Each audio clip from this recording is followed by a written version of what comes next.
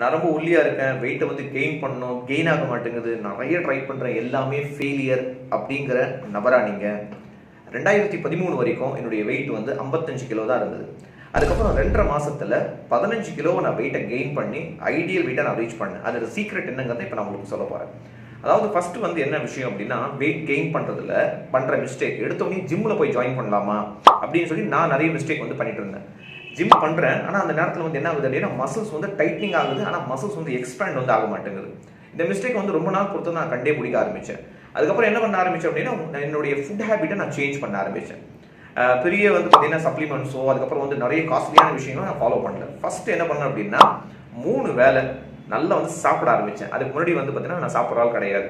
இப்போ நீங்கள் இந்த இடத்துல ஒரு வார்த்தை கேட்கலாம், என்ன அப்படின்னா, நான் நல்லா தாங்க சாப்பிட்றேன், ஆனால் வெயிட்டே கெயின் ஆக மாட்டேங்குதுங்க அப்படின்னு நீங்கள் சொன்னீங்கன்னா, நீங்கள் பண்ணுற மிஸ்டேக் வந்து உங்களுடைய வாட்டர் இன்டேக் வந்து ரொம்ப குறைவாக இருக்கும். நம்ம சாப்பிட்ற ஃபுட் வந்து டைஜஷனுக்கு வந்து பார்த்தீங்கன்னா டைம் எடுக்கும். அதுக்கு வந்து சப்போர்ட் பண்ணுறதே வாட்டர் தான்.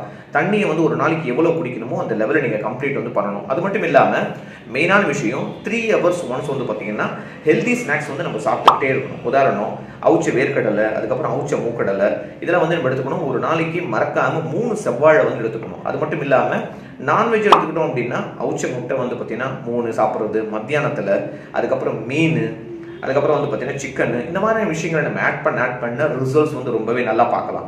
நான் ரொம்ப நல்லா ஹெல்த்தியாக இருக்கணும், ஃபிட்டாக இருக்கணும் அப்படின்னு நீங்கள் ஆசைப்பட்டீங்கன்னா, இந்த வீடியோவில் ஃபுல்லாகவே நம்ம சொல்லித்தர முடியாது. ஏன் அப்படின்னா, பர்சன் டு பர்சன் வந்து பார்த்தீங்கன்னா கோல் வந்து வேரி ஆகும். அந்த மாதிரி உங்களுக்கு இன்ட்ரெஸ்ட் வந்து அப்படின்னா, கீழே கொடுத்துருக்க வாட்ஸ்அப் நம்பர் வந்து வாட்ஸ்அப் பண்ணுங்கள். 1-on-1 உங்களுடைய கோல் நான் ரீச் பண்ணுறதுக்கு ஹெல்ப் பண்ணி கைட் பண்ணுறேன்.